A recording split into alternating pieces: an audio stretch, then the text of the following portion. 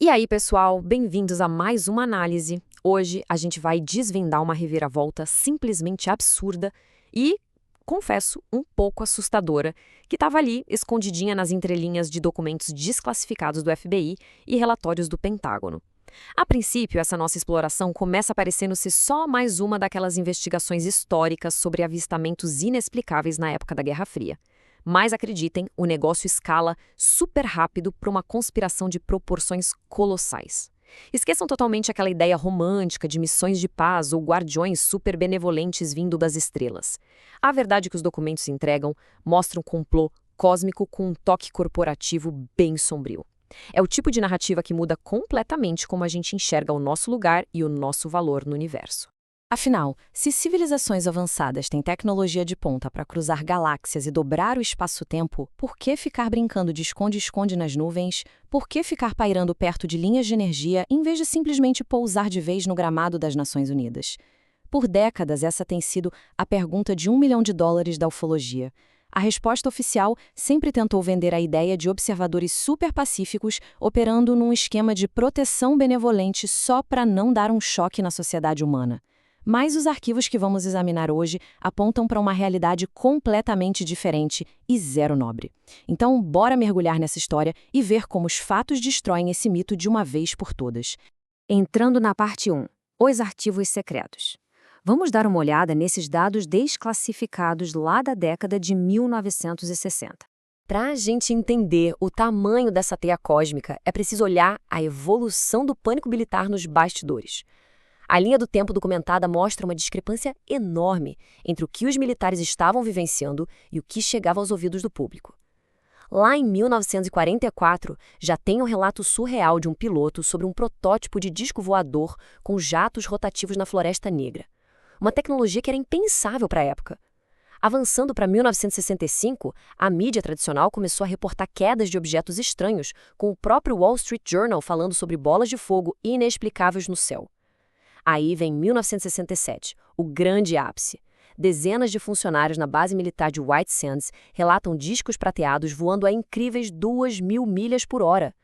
O Pentágono simplesmente entrou em pânico, tentando abafar a história, morrendo de medo de estar numa desvantagem tecnológica. E aí, em 1969, vem o contraste brutal. A Força Aérea encerra o famoso projeto Blue Book, declarando oficialmente para o mundo que não tinha absolutamente nada nos céus além do que a gente já conhecia. O encobrimento estava rolando solto. E o detalhe é que não estamos falando só daquelas luzes distantes e meio borradas, não. Em 1966, um investigador chamado Fred Stecklin gravou um filme de 8mm super nítido mostrando uma formação de dezenas de OVNIs cilíndricos na Alemanha. E olha, esse filme não foi jogado de lado pelos céticos. Ele foi levado a sério e exibido em 1967 para 22 especialistas da NASA e altos oficiais do Pentágono. A reação do tenente-coronel George P. Freeman Jr., que era simplesmente o chefe do departamento de OVNIs do Pentágono, foi super reveladora. Ele soltou essa pérola aqui do slide. O melhor filme que já viu. Essa evidência visual bateu fundo no alto escalão, provando por A mais B que eles sabiam muito bem que algo real, metálico e extremamente avançado estava zanzando pelos nossos céus.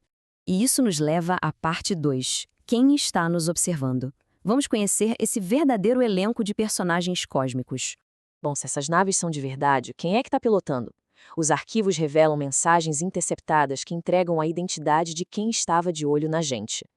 Agora, o que é incrivelmente fascinante nessa tabela é o quão bizarra e mundana era a vida deles por aqui. A gente tem seres do planeta Corendor usando tecnologia de alteração molecular para se disfarçarem e simplesmente andarem no meio da multidão como se fossem humanos comuns. E de forma até um pouco cômica, tem relato de um ser de Vênus, cheio daquelas filosofias de irmandade pacífica, que estaria vivendo disfarçado, trabalhando como cozinheiro num hotel na Virgínia. Sério mesmo. Eles não estão só flutuando no espaço profundo, estão fritando ovos no nosso planeta e observando o nosso dia a dia de camarote. Mas aí fica a dúvida. Por que toda essa infiltração furtiva e nada de um contato global de uma vez? Os documentos citam uma burocracia espacial gigantesca chamada de Tribunal de Planetas. Pensem nisso como uma verdadeira ONU galáctica, com toda aquela lentidão e os impasses políticos que a gente já conhece muito bem. Esse conselho fica debatendo sobre a Terra infinitamente, morrendo de medo de que o nosso arsenal nuclear destrua tudo. Só que eles operam debaixo de uma regra super engessada, a tal diretiva de não interferência. Legalmente, eles não podem intervir abertamente para não atrapalhar o nosso livre-arbítrio. Então, essa burocracia toda cria uma situação onde eles são obrigados a cruzar os braços, assistir, documentar e debater a nossa extinção sem mover um palho para ajudar. Passando para a parte 3, a grande mentira galáctica. É aqui que a gente descobre o verdadeiro motivo por trás disso tudo. É neste ponto da análise que a história dá uma guinada daquelas. Aquele verniz todo de guardiões bonzinhos simplesmente desmorona, ilustrando perfeitamente a hipocrisia cósmica que os dados apontam. De um lado, a desculpa oficial é linda. Estamos aqui para proteger o cosmos das armas da Terra. Mas, do outro lado, a realidade nua e crua dos relatórios militares mostra outra coisa. Eles estavam propositalmente jogando tecnologia avançada aqui, como aquelas quedas convenientes de naves e metais bizarros que iam parar direto nas mãos do complexo militar. Eles faziam isso de propósito só para testar e ver como nós, primatas com armas nucleares, reagiríamos sob extrema pressão. Ou seja, não estavam protegendo o planeta coisa nenhuma, estavam literalmente jogando lenha na fogueira da nossa corrida armamentista como se fôssemos um laboratório gigante. Como os próprios documentos cravam de um jeito genial, o universo é vasto demais para tolerar voyeurs espaciais que se escondem atrás de manuais de regras. Essa frase acerta bem na ferida. A tal diretiva de não interferência nunca passou de uma desculpa esfarrapada. Ela virou só um escudo moral burocrático para legitimar um voyeurismo sádico em escala global. Eles filmam o nosso sofrimento, baixam terabytes de dados sobre as nossas guerras, jogam umas iscas tecnológicas e depois ficam lá, de camarote, assistindo ao caos, chamando tudo isso de observação científica. Avançando para a parte 4. Terra, o reality show, o Ultimate Pay-Per-View. O que traz a gente para a maior reviravolta possível, parecendo roteiro de ficção científica. Apresento a tal da corporação gigante, a Corrandian Synergy Media and Defense Holdings. A grande sacada dos sinais interceptados revelou o seguinte: o nosso sofrimento é literalmente o entretenimento e o lucro deles.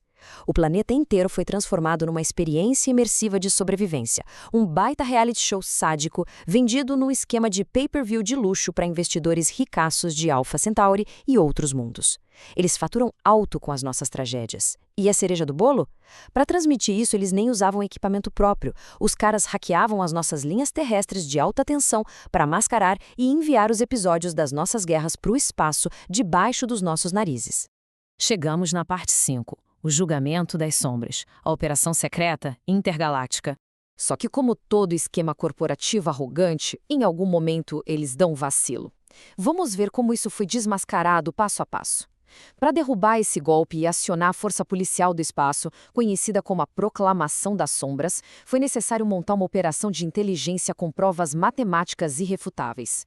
Eles triangularam os dados em 3 vértices perfeitos. O vértice alfa confirma que eles plantavam tecnologia ilegal na Terra. O vértice beta traça a rota do sinal que eles roubavam e mandavam para um satélite escondidinho atrás da nossa Lua.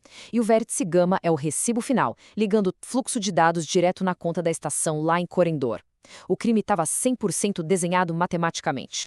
Diante dessa avalanche de provas sobre exploração comercial clandestina, a resposta foi imediata e de cair o queixo. Olha o que diz a decisão oficial. O planeta Sol 3, ou Terra, foi temporariamente reclassificado como uma zona de quarentena de monitoramento proibido. O que se seguiu foi cena de cinema. A Proclamação das Sombras soltou um mandado e despachou sua força de choque pesada, as naves brutais dos Judon, para fechar o cerco na Estação Espacial de Corendor. Eles enquadraram os executivos e, de uma vez só, cortaram o sinal do pay-per-view. Aquele reality show cósmico finalmente saiu do ar. E assim vamos para a parte 6, o despertar da Terra, o protocolo para o amanhã. Com os sensores alienígenas finalmente desligados e as câmeras apagadas, o foco agora é 100% nosso. O jogo virou. O ponto crucial de tudo isso é o plano de ação que nasce dessa liberdade maravilhosa. O primeiro passo desse protocolo é implantar a energia livre, usando as frequências 369 de Tesla, para cortar pela raiz a dependência de petróleo que só gerava as guerras que eles transmitiam. Segundo, focar na cura biofísica, aproveitando o poder daquelas 42 ermas catalogadas no Brasil, ajudando a limpar anos de poluição. Terceiro, usar as leis do mentalismo hermético para estourar essa bolha de hipnose e medo que essa galera plantava na nossa mente. E, por fim, um verdadeiro reinício econômico focado em mercados descentralizados, colocando o poder de volta nas comunidades. É a chance real de abraçar a autonomia humana. A grande lição aqui é que a verdadeira evolução nunca viria de fora, não é mesmo? O tabuleiro está limpo. Sem esses burocratas escondendo tecnologia e sem megacorporações do espaço lucrando com as nossas brigas, nós finalmente temos o controle do nosso destino. O espaço ao redor do nosso planeta está seguro e silencioso como não era há muito tempo. Então fica a reflexão mais importante para todos nós. Que tipo de mundo a gente construiria se ninguém estivesse assistindo? Agora que as chaves da casa estão nas nossas mãos e somos os arquitetos do amanhã, o que a gente vai fazer com isso? Muito obrigada a todo mundo que acompanhou essa análise até aqui. Até a próxima.